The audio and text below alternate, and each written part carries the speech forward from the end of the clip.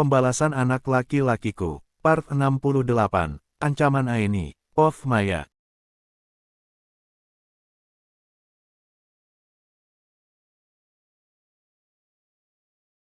Ali.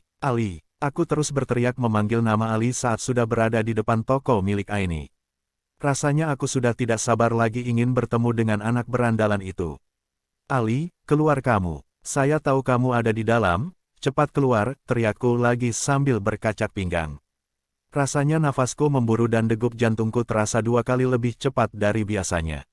Aku sangat yakin jika masalah yang terjadi padaku saat ini, semuanya ada campur tangan anak tidak tahu diri itu. Heh, nenek sihir, ngapain sih teriak di depan rumah orang? Tiba-tiba saja salah satu anak Mas Rahman dan Aini keluar dari rumah. Dia juga ikut berkacak pinggang sambil mengibaskan tangannya ke udara. Bahkan dia berani memanggilku nenek sihir, tidak punya didikan.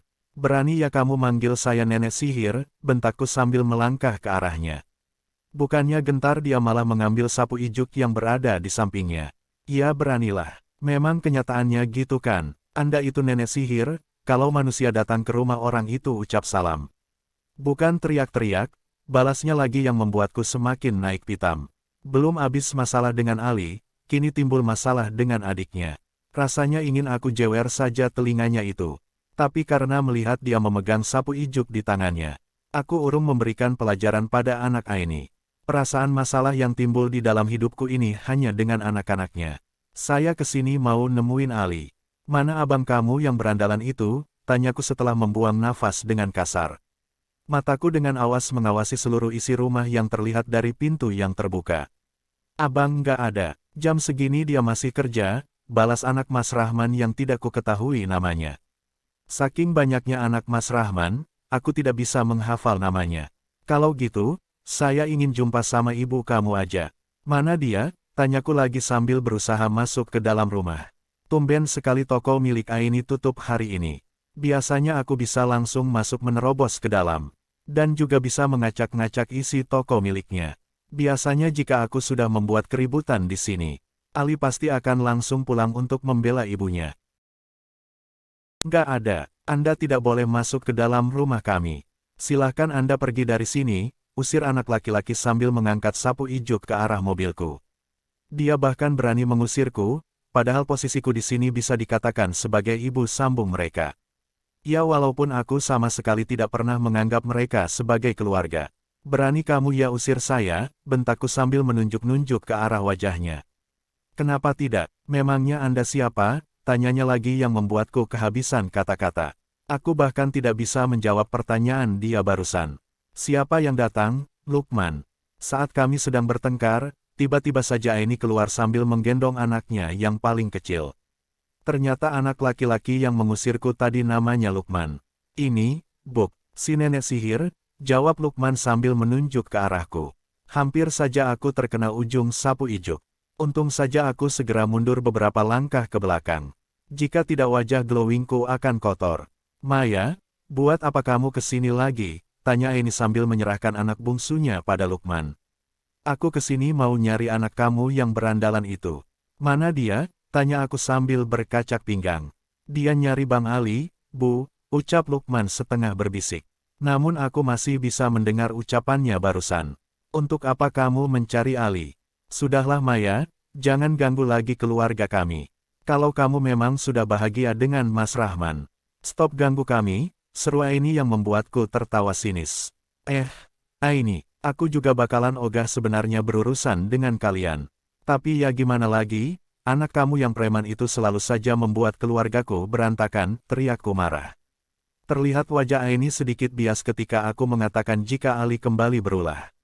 Aku yang bekerja sebagai seorang pendidik, sangat tahu bagaimana gerak-gerik seseorang jika sedang gelisah. Apa maksud kamu? Bukankah Yuda memang pergi atas kemauannya sendiri? Tidak ada sangkut pautnya sama Ali, balas Aini membela anaknya. Bukan itu yang aku maksud. Ada hal lain yang dilakukan oleh Ali sehingga aku sangat marah seperti ini, ucapku lantang. Aini yang mendengar itu, terlihat menyuruh Lukman untuk membawa adiknya masuk ke dalam. Setelah kedua anaknya itu masuk ke dalam rumah, Aini berjalan pelan ke arahku dan menyuruhku untuk duduk di kursi panjang. Aini telah duduk di ujung kursi, sedangkan aku masih berdiri di tempat semula. Jelaskan sekarang apa yang dilakukan oleh Ali, sehingga membuat kamu semarah ini, ucap Aini yang terlihat lebih tenang dari tadi. Aku akui memang Aini memiliki sifat yang tenang. Dia bisa dengan cepat menguasai diri dan bersikap lebih sabar. Mungkin itulah yang membuat dia bertahan sampai sekarang. Ali anak kamu itu sudah menyebarkan gosip yang tidak benar tentangku. Dia mengedit fotoku dan mengirimkan foto-foto itu ke tempatku bekerja.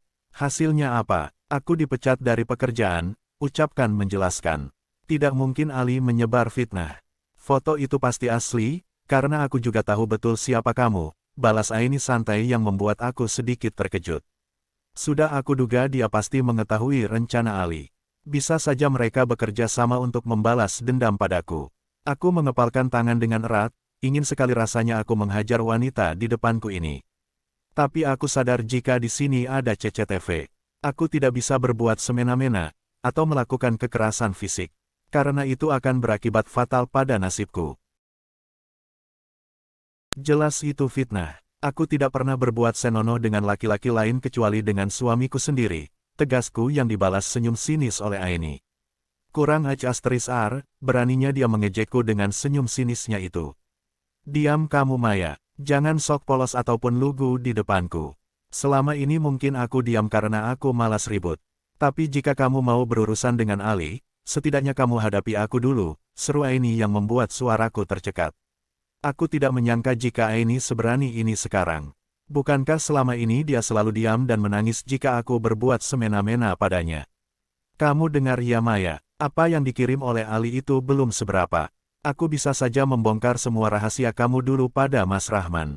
Aku juga bisa menyebarkan siapa ayah kandung Yuda sebenarnya, ancam Aini yang semakin membuatku tersudut.